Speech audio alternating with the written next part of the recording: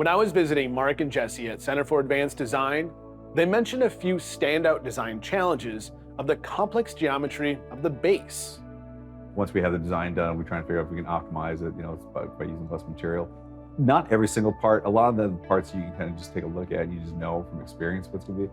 But the base of that machine, that's a big part. I mean, it's probably 2 pounds of plastic, and we want to make sure we had that right. And we had all the structure we needed, but then also not using too much material. So we pulled quite a bit of material out of that, just some different coring and ribbing and Yeah, because as that shuttle moves up and down, stiffness is super important because we're trying to grab a really small, narrow window of what we can grab on these lids.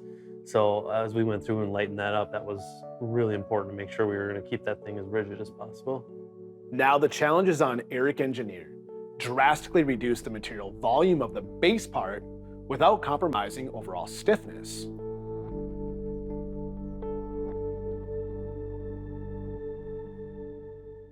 Since many of the components of the lid boss were designed with rapid prototyping in mind, Eric is now tasked with redesigning the components for manufacture. He starts with the base plastic component that was initially 3D printed. A part like this, produced at scale, should be injection molded.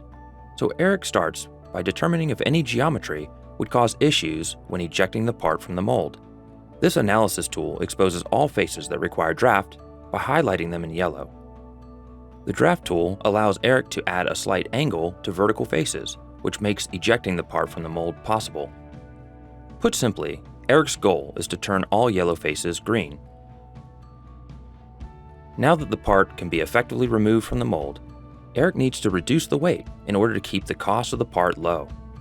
Shelling is ideal here, as it removes material while maintaining a uniform thickness throughout the component, which is perfect for the injection molding process. However, this creates a significantly less structurally rigid part. Eric will improve rigidity while still keeping the part lightweight by adding strategically placed ribs. Eric makes simple sketched lines to define the placement of the ribs and can even apply draft. Finally, fillets not only improve the visual appeal and lifespan of the component, but also significantly impact the cost of the soon-to-be manufactured mold. Eric uses the powerful fillet tools to help him round off dozens of edges in seconds. Eric saves the part and bumps its revision to keep a history of the significant changes that have been made. Well, what do you think? To me, Eric's instinct looks pretty good, but he still needs to validate this geometry through analysis and testing. Since Eric has access to 3D Experience SOLIDWORKS Premium, I'm eager to see how he can use motion and finite element analysis to generate concrete data to back up his intuition.